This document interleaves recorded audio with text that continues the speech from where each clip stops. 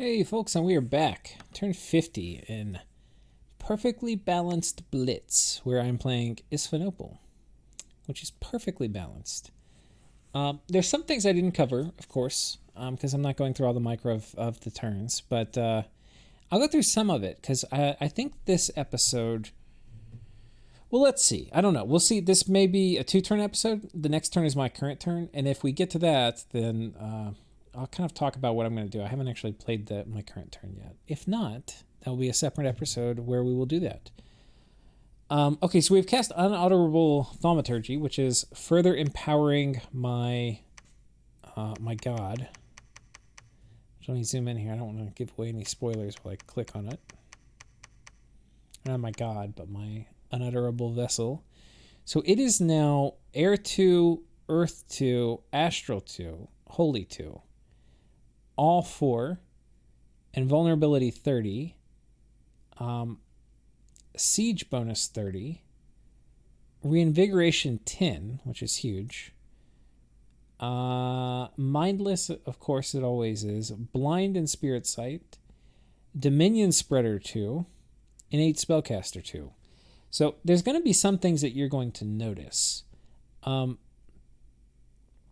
is that you have 2, 2, 2, 2, and then 2, and it's 4. But all these 2s are going to, every time I upgrade it, all these 2s are going to go up 1.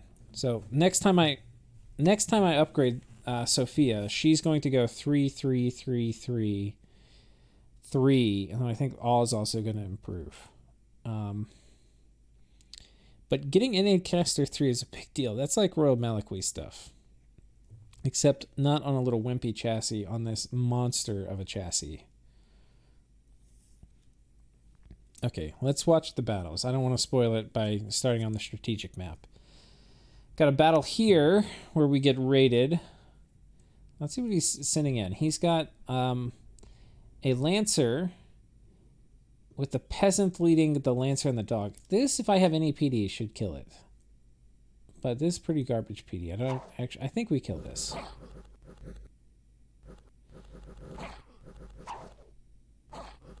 Yeah, we got it. Next, he's attacking me here. And here he's sending 2 thugs. Now, when I was playing this turn, I didn't actually know how all the Mechadon units worked. But as of now, I've actually gone and looked at a lot of them. I don't know enough to do a national overview, but there's a few things I want to cover. I kind of understand this unit now. So first of all, they have a Hero Lance, which even if you fill up both item slots, they're still going to get it. And this Hero Lance is badass because it does 3 times first larger damage, which means, we talked about this a little bit before, but it can easily one-hit large units. Like some unit with 60 HP, it can easily walk up and one-hit it.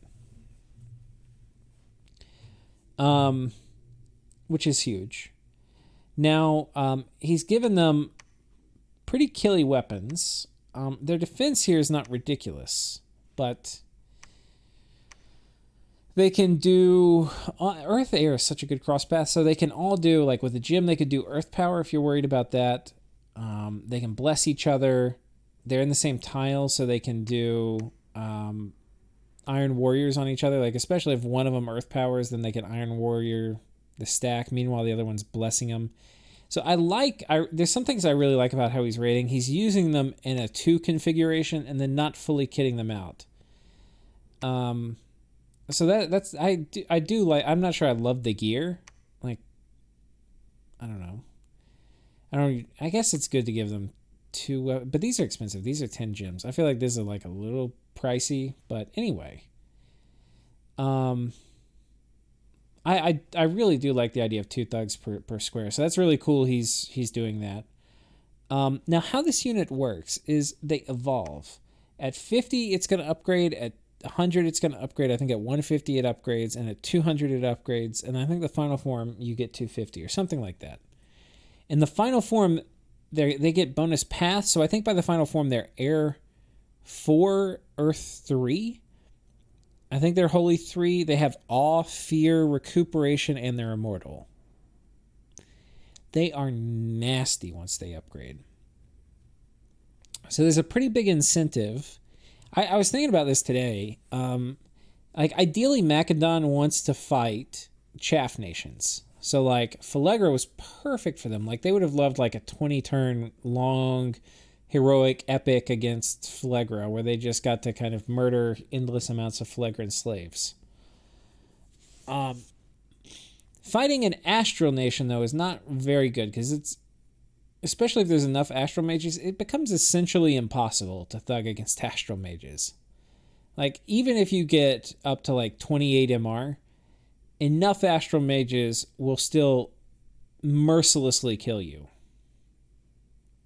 So, and then by the time you put that much in MR, you're going to have other major weaknesses. And like, Isphenople is not an only astral nation. Like, they can do other things. But anyway, these guys are super cool. They upgrade well. Earth Air is a great cross path. You can magic phase. You can do Iron Skin, Temper Flesh, Protective Force with air shield. I mean, whatchamacallit? Dancing Shield. Flying Shield is what it's called. Dancing Shield's the item. Mist Form. Mirror Image. And they're going to have decent mirror image with Air too. I think they get 3 or 4 images. Yeah, so anyway, cool unit. I kind of went on for a long time, but this is like a little bit, I think it's easier, because we're going to be fighting these guys. It's going to be a little easier to understand if I talk about some of these units. Now, oddly, he's doing Lightning Bolt, which I do not approve of this script at all. At all. I mean, it works here. But these guys are fatigued out. Like, if I had PD and then a thug behind it who was buffing up, which is something like I would definitely do.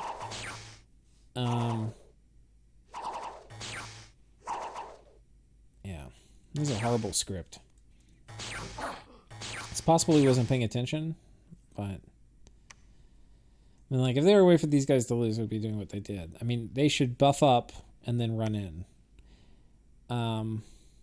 But part of the idea too, making them killy, like having 2 brands on them, is what he really wants to do is get them a lot of XP. Like you can see he had the champion skull on one of them. He really wants to get them a lot of XP so they'll evolve to their next form, because it is a major upgrade. Honestly, I wish that was something, like it's such a cool mechanic, the upgrade mechanic.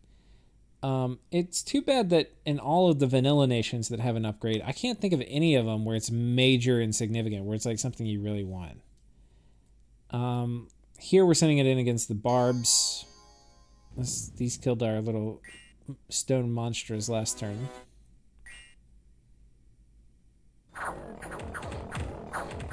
And you can see this guy gives 0 fuck about Barbs. And he is very fast. He's got heroic quickness. So yeah. He's pretty legit.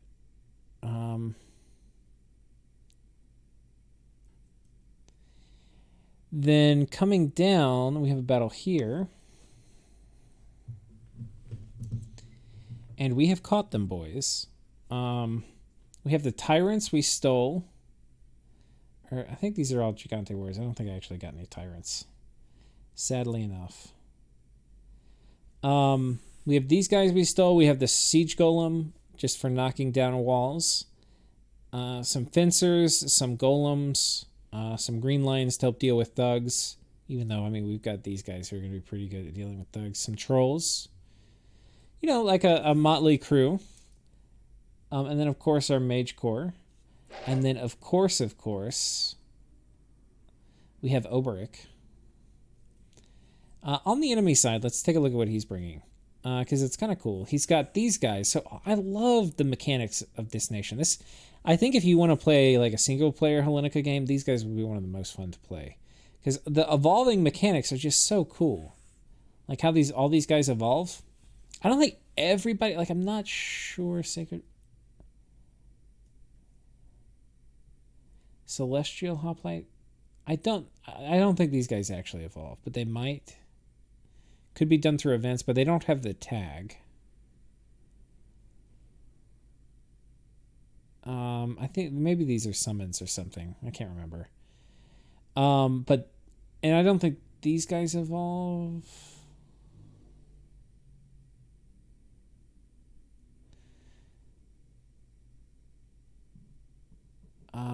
Anyway, I can't remember if the units themselves evolve. I don't think they do, but I could be wrong.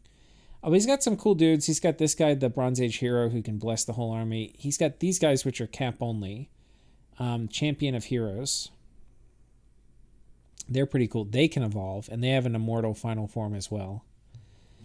They have to get a higher threshold to get their first form that they evolve into. This guy's already got it, so this is not... he's already hit the first threshold. So he'll promote again to the final form at 250. Oh, here's one of the second forms. So first form... Wait, no. This is second form. Okay. I get to actually show you a lot of the different forms of these guys here. Looking for the noble.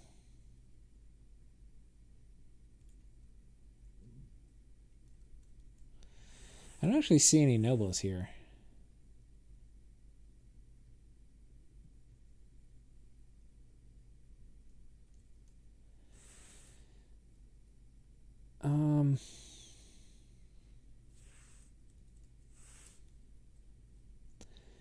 It's possible there aren't any, but it's also possible I'm missing them.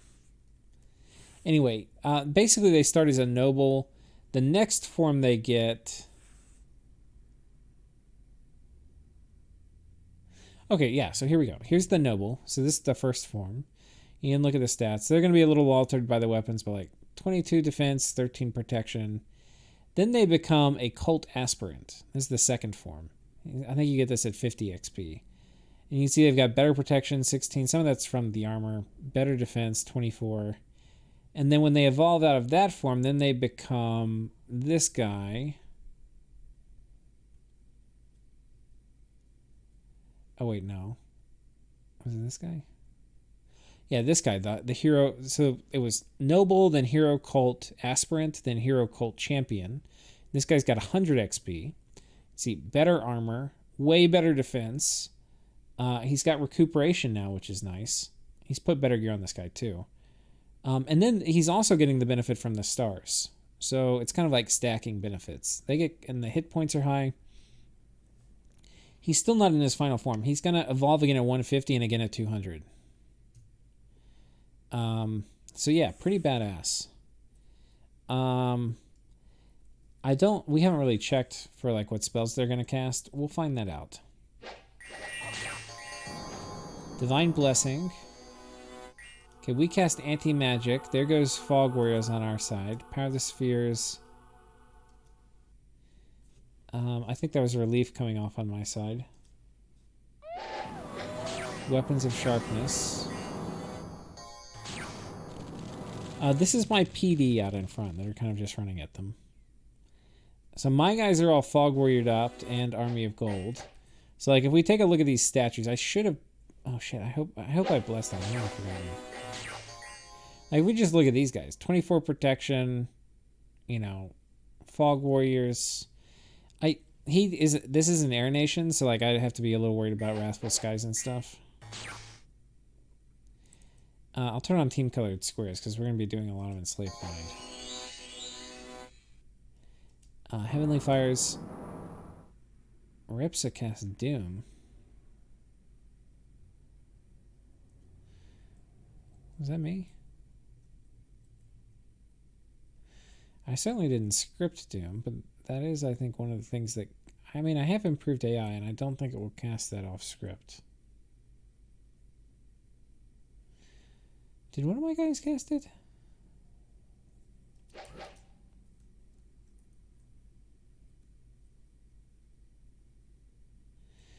Unfortunately, the Enslaved Minds, a lot of these are targeting the wolves. Yeah, this guy right here casts Doom. My whole army's freaking doomed or cursed now. And there goes Master and Slave. Now I want you to look at this. I don't think he got Oh no, he did get anti-magic off, so good for him.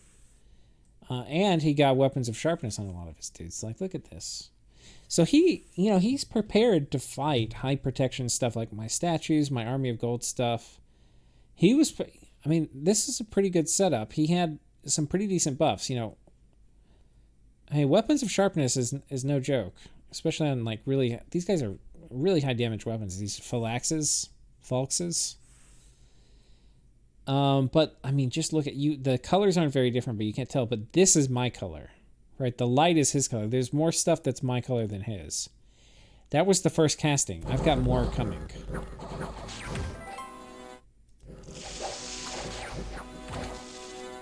I think I've got more coming. Now, they've also got this guy in my back lines smacking the shit out of people, which is not ideal.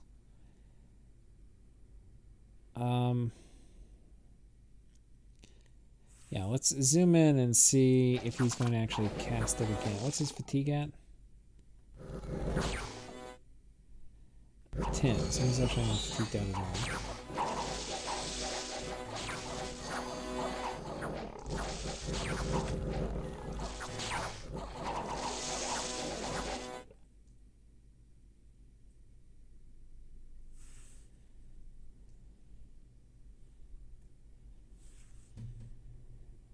What's this guy's name?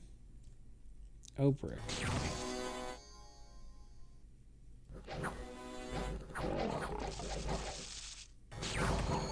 You know what I think has happened? I think I might have burnt out the communion already. No, there's still 10 slaves. Well, let's look. Let's look at his paths. Right now he's 7. With a 3 boost of a communion. Okay, that is enough to do another master and slave. Okay, yeah, we do it again. There it goes. I was worried it wasn't going. So now that it's gone a second time,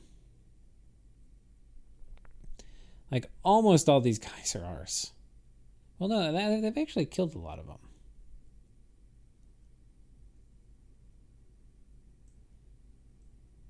Like here in the middle, you can see his guy's kind of been killing mine.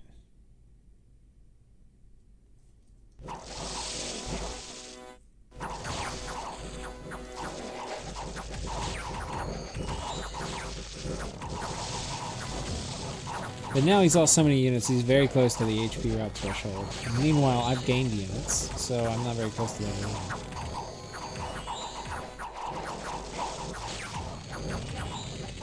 These are just 2 master and slaves. Now my guys are also really buffed up.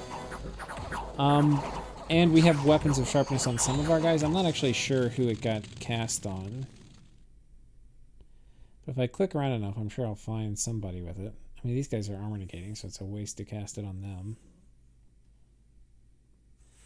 I'm thinking it might have gone on the trolls. We have to go back and check. But...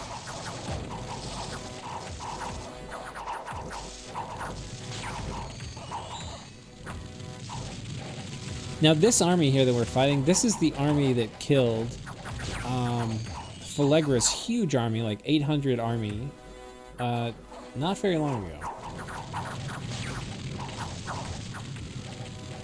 And here you can see it getting just slaughtered to a man. And this is a hero, by the way. So if we kill it, we'll be very happy.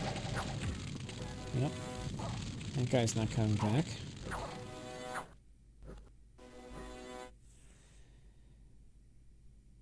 And that is that.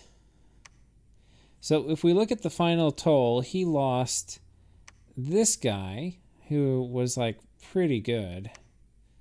There's an evolved dude. Not the final form, but pretty good. He lost his hero.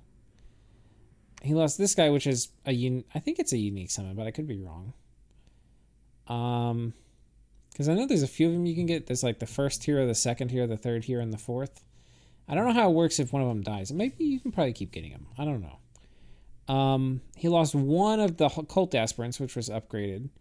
He lost all the seers. He lost one of the nobles, and then he lost 3 of his sages. So a fair amount of mages died. For the troops, though, I mean, everything got wrecked. On our side, we got 3 of the celestial hoplites, which are kind of nice. We got 13 of the sacred band hoplites, which are also sacred, so that's nice. Yeah, it's going to be reduced upkeep, all this. The Macedonian Royal Lancers, also sacred. We got 3 of those. Oh no, we got 7 of those. And then we lost 1 Troll Moose Knight, and we lost a Hellet Warrior, which I'd stolen from Phalegra. So I'm not going to consider the Hellet Warrior a loss. We lost a Green Lion, so that's like 2 fire gems. And then our Communion did burn out, so we lost most of our Communion slaves, and that's a bit of a zinger. But in terms of gold, it's not that much. Let's call this 10 that I lost, and so it's like 500 gold.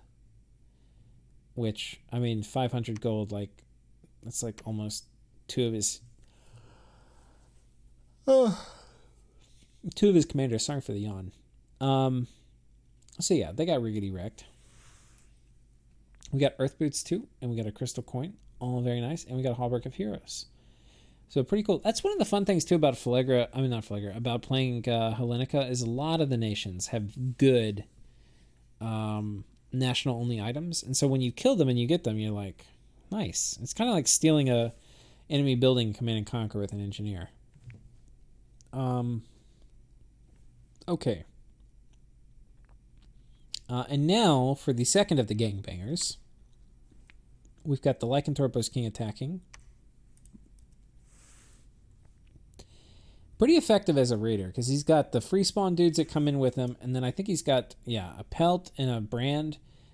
And this is enough, because he's got decent base natural protection, and then he's also got invulnerability.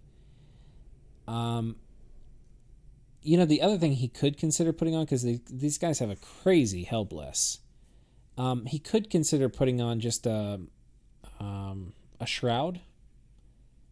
And the Shroud is going to go crazy. Like, he's going to get regen and fortitude and all this other stuff. But this is nice too. I think a Shroud's probably a little better, but it depends just what gems you have available. And the brand's nice.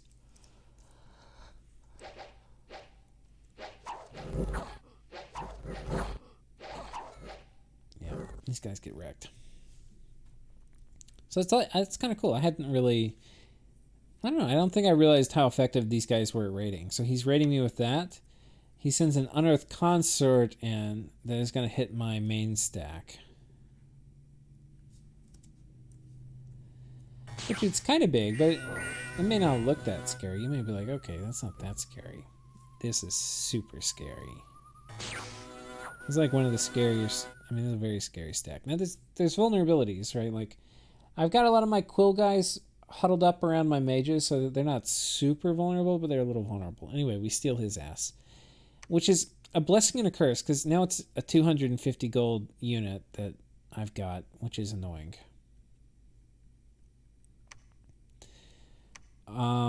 And then down here, we have here's where the main army comes, and it's going to hit my golem. So this is his army. This is scary as hell. Look at this. All these Beetle Knights, all these Corbions, so many sacred units. It's been a long time since I've seen this many sacred units. Look at all of these. And then there's this is his whole mage corps. There's a good bit of these. There's a lot of guys. But on my side, we have this guy. He's going to get buffed to hell and back again. Now, we can just look up here. I'll kind of comment. He casts Creeping Doom, a lot of that. Okay, wasting some gems. Mass Protection. Fanaticism. Fog Warriors. Charm going off, stealing my PD. These guys come in with the bugs, and they kill some of my guys. But he's already been hit with, I think... Let's watch this again real quick, actually. I want to see what spells got off here. Blessing went. Oh no, he didn't get Iron Warriors off. He got, this guy got murked by Soul Vortex, I think. That is a very high roll. He got a 13 roll, and this guy only got a 2. So yeah, that's unfortunate because he should have gotten Iron Warriors off. There goes Temper Flash. So now he's got... I thought I gave more fire resistance than that. Astral Shield. How do we do what? Resist Magic next?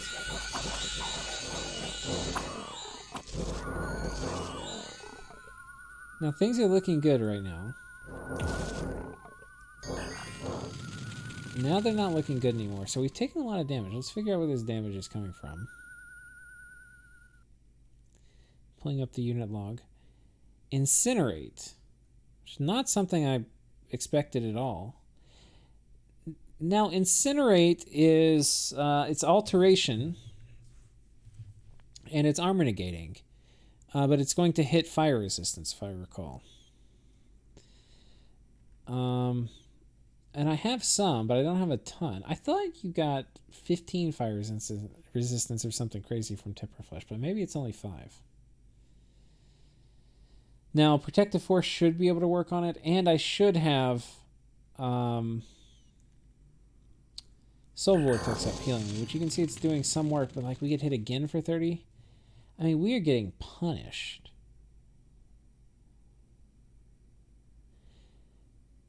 You're getting punished. I mean, that was a huge Incinerate roll.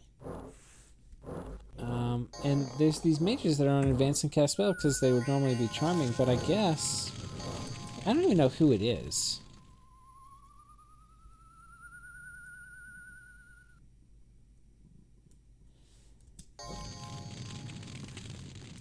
It's one of these ladies, right? And she's got the toilet paper, the Ancient Rhapsody. It's made her a Communion Master with 3 magic boosts, so she's just dropping pretty powerful Incinerates. And yeah, just getting completely crushed. So I guess if you think about it, it's pretty hard to thug against these guys. Not only, I was thinking, okay, I'll be fine to thug because I'll be able to survive charm. Doesn't matter. Doesn't matter. I mean, because you have to be able to deal with all the elemental paths. Like, there could be the fire one, there could be the water one, spamming Frozen Heart. You know, there can be the charm coming in. I think there's air ones too somewhere. I don't know. Yeah, here's an air one. So oh god, it's hard to thug against this kind of army. So he gets wrecked. I mean, he gets completely wrecked. And he had good gear on. He had an artifact, the Friendship Hat. He had the Bone Cage, which is really expensive chest armor. It's like 30 gems. Like, this guy was almost 100 gems worth, like, especially if you include his cost, he's probably like 120 gems. And he didn't even stand a chance. I think I heavily underestimated. First of all, I didn't know how much mage support he had. And I was assuming it was all going to be charm spam. And because I knew he had charm spammed Nabatem, but I assumed he did it with Rhapsodes. Because Rhapsodes can do it with Divine Blessing and Toilet Paper, and they're much cheaper for charm spam. But he is doing it with these Impalads, which I think you have to spend nature gems on them. But they're really good at it. Because not only can they do charm spam, but if it's not a good case to do charm spam, they'll do something else. And you're going to get access to all, because these guys can jump in a communion, to basically all these other paths to, either drop buffs or whatever. Now back here, the communion slaves, apparently he is lucked into Crystal Amazons. And so he is using these, or Crystal Priestesses, to be the communion slaves. These guys are just fatigued out, yeah. So yeah, that's pretty fortunate for him, because otherwise you have to recruit a lot of Rhapsodes and wait for the Astral random. But I guess if you're lucky and you find Crystal Amazons or any of the Astral Indies, you can go for this strategy with Arcadia where you don't get the Rhapsodes. Instead, you use these guys. Because normally, if you're getting the rhapsodes to get enough astrals to be your slaves, and in the process of doing that, you're gonna have a lot of rhapsodes sitting around. Well, if you put the toilet paper on them, then they can all spam out charm if there's a divine channeling cast, which you would do.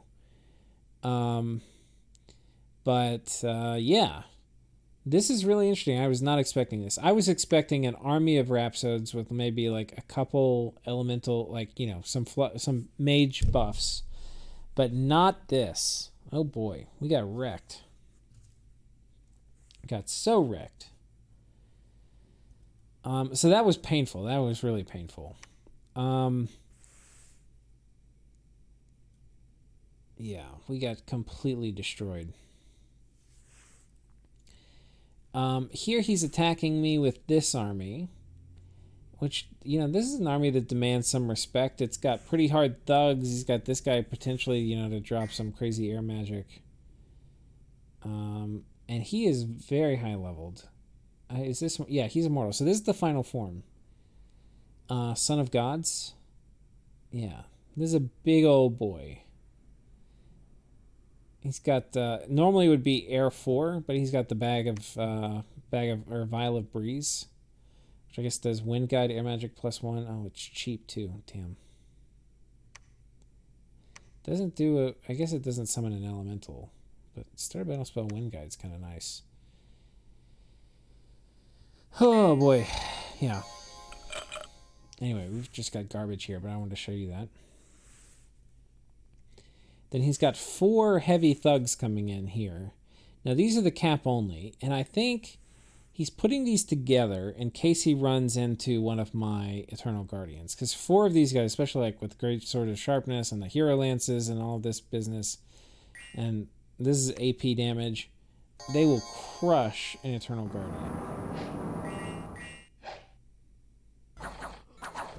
Very hard to deal with this without having I could have an army that would wreck these, but without having an army, it's going to be pretty hard to come up with something that's going to kill them. I mean, I might be able to, but it would be tricky. Lycanthropus King grading kills actually a shit ton of my militia before we pick him off. It's a little unfortunate because that militia I needed.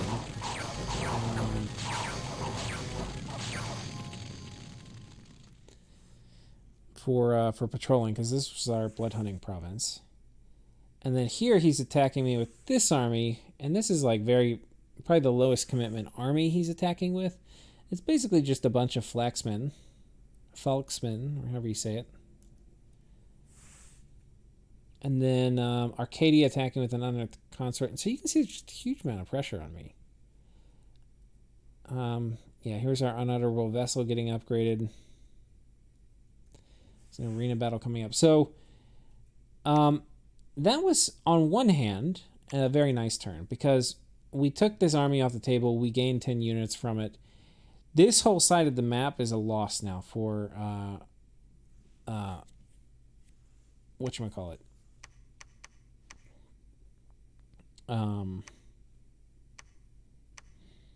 Name come to me. Macedon. I wanted to say Macone, but I knew that wasn't it. Anyway, so yeah, he's going to lose all this stuff over here now. So on one hand, it's a big victory. We're going to go ahead and plop this army on top of this fort. I am going to take Oberic back. Oberic's going back home, but everybody else sitting on top of the fort. This guy got feeble-minded, so he's going to go Harry carry himself. He's not even really any good for researching. Well, I guess in sloth scales he'd be better. But, yeah. I probably could have kept him around and had him research. I accidentally got these guys, too, in productivity scales, so they didn't get the astral path. I turn off recruitment, I think, later. But, anyway. But over on this front, you can see I'm definitely losing territory. A, because I didn't attack anything, right? So I only have the opportunity, really, to lose territory, because I'm not doing anything aggressive. But I also didn't kill any of the raiders, really, on this side to speak of. So, yeah. Now, the questions that remain for us are... By the way, doing this turn took me 3 hours. It was a long friggin' turn to do. This army has two choices. Either it can come here or it can come here. And my goal is I want to kill them wherever they go. So what I do is I reinforce this. First of all, I'll send my god home. I'm not really comfortable with my god being out. And I take the horror harmonica, which he had, but was not using except to put Wailing Winds up. I put it on a golem. And I send the golem to 28, which I think is right here. There's just a big group of like normal units. I don't want to send the golem after things that have magic weapons. Like I don't want to send him after the thugs. The thugs won't be able to kill him in one hit, I don't think, because he's got pierce and slash resistance. But I don't think he's going to kill them. I mean, these guys will probably murder horrors. This one we could, but these Macedonian nobles and the... Was it just them? I think there were a few things in the... What was... Didn't they have the Lancers? Yeah, these Lancers have magic weapons. So I was thinking because there's enough of the Lancers... Maybe not. I probably could have sent them here too, but there's a lot of mages and stuff. I was thinking probably unlikely the horrors would win this. I want like a higher troop to mage ratio. Or like not as many mages. Anyway, I decided to send it here. And I'm having to go all in again because now I've got... I'm not able to replenish gems on these guys. But I had to top these guys off on gems because I think they spent a couple killing the thug. And then I'm going to have to top this place. Where basically I'm sending a shit ton of mages from my capital out here. And I'm trying to get it. It's took me so long to script all of this. I'm moving the Juggernauts in too. I don't know what their siege strength is for. Really risky because like I could lose my Juggernauts, which I do not want to do.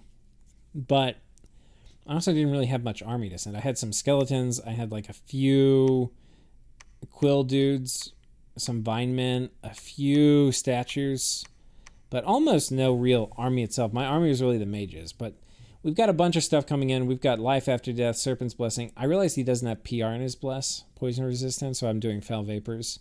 We're doing Mass Regen, and yeah, Life After Death, Army of Gold, Ground Army, and yeah, Master and Slave 4 times. So, or no, only twice here. Yeah, only twice. But I think doing it twice, and this is without any penetration gear. So this is way weaker than my other destination if he attacks. But I do have Foul Vapors here, and I have Life After Death. And I've jacked the PD here. But I think Foul Vapors plus 2 Master and Slaves, even if it's 0 pen, that's probably only going to get like 15-20% of his guys. He also wasn't doing anti-magic, I don't think. So if he doesn't do anti-magic, he's only going to be like MR10 in my land. So it'll just be 10 versus 8. So no, I'll still probably get over 50% if he doesn't do anti-magic. But this I don't think will be as strong as if he comes up here where I've got this other trap set up. Here I've got 1 Master and Slave. And then here I've got 2. The guy doing 1 didn't, I don't think, have any pin gear, right? But the guy doing 2, he had 3 pin gear. So anyway, I've had to alchemize a lot every turn. It's been painful. The other thing is I've got Prothenor. He's coming underwater, and he's got some water gems. And in case we get raided, they're going to summon water elementals. But I am also prepared to put up Maelstrom, and I'm expecting the dolphins are going to put it up. And I was thinking about it. I was thinking maybe I go ahead and cast it like as soon as I can, but I was also thinking, let's wait. Let's wait for the dolphins to cast it, and then I can try to overcast it. So anyway, that's kind of my tentative plan. But it's 80, so I don't know. We'll see. Okay, what else? Yeah, I mean, that's mostly it. No, it's not mostly it. We're setting up master and slave traps here and here. And I mean traps, I mean, I've got my armies there. It's not like one mage behind PD, but I've also got PD. Because that's the thing, I don't really have a ton of armies to like go out and conquer stuff. I'm also sending in some Gargs here to raid. This will only really work if we find PD. If there's any kind of heavy resistance, we're going to get wrecked. Here I'm sending a trap. I've got a Garg with 2 Frostbrands who's going to have quickness cast on him. He's also got the Scroll of Protection and a Lion Pelt, which I think I stole from somebody, and he's going to have Body Ethereal cast on him. This should be enough to kill these 2 Lancers, because I also have a decent amount of PD. So these guys are going to get, I think, a stat penalty being in the dark. The PD will kind of mess with them. I'm also going to make a couple Water Elementals here, too. I've got this guy diseased, so he's just going to be out there fighting. So yeah, I'm pretty confident we'd be able to kill these guys here. Yeah. Next up, there's a chance this army here is going to come up and attack here. And if they do that, I also want to mess them up. So I've got another Master and Slave trap with these guys each with 10 gems, so 2 Master and Slaves. And then we're going to be doing a fair amount of Enslave spam. Now, this is not a super scary army, but I also have a shit, because I was a little pissed about burning out my previous communion, so I brought a lot more slaves, and because we're near my capital, so I can. Brought a lot more slaves, Sabbath Master, Relief.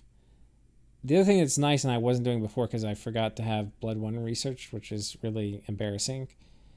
But anyway, I've got Blood 1 research, so now we can do reinvigoration and stuff, which can be really good combined with Master and Slave, because all that fatigue's getting passed to the communion, and then once we get rid of all the Master and Slave fatigue, it's going to be really hard to burn it out. So anyway, we've got reinvigoration going and relief.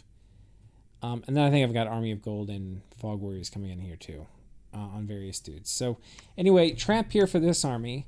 Over here, I've got, we're basically patrolling. Oh, I'm not even patrolling. Shit, I meant to patrol because I've got 40 PD and just do Army of Gold and stuff in case they attack on this fort. But so far, he's not biting. We'll see if he moves this army on top of this fort. But I think he might have to go here first. I'm not sure. But anyway, it's been a long time talking. I spent even more time doing the turn. Like I said, it took me forever. I'm also setting up a trap here. I'm reinforcing this with some more dudes, but also including our super fast, speedy McGolem. And he'll be chomping through some dudes. We're taking advantage of the fact that we have blood. We're doing some blood hunting. We're doing summon imps. We're also doing Sabbath Master reinvigoration stuff. And yeah. Should be an interesting turn next time, so tune in and I will show it to you. Take care.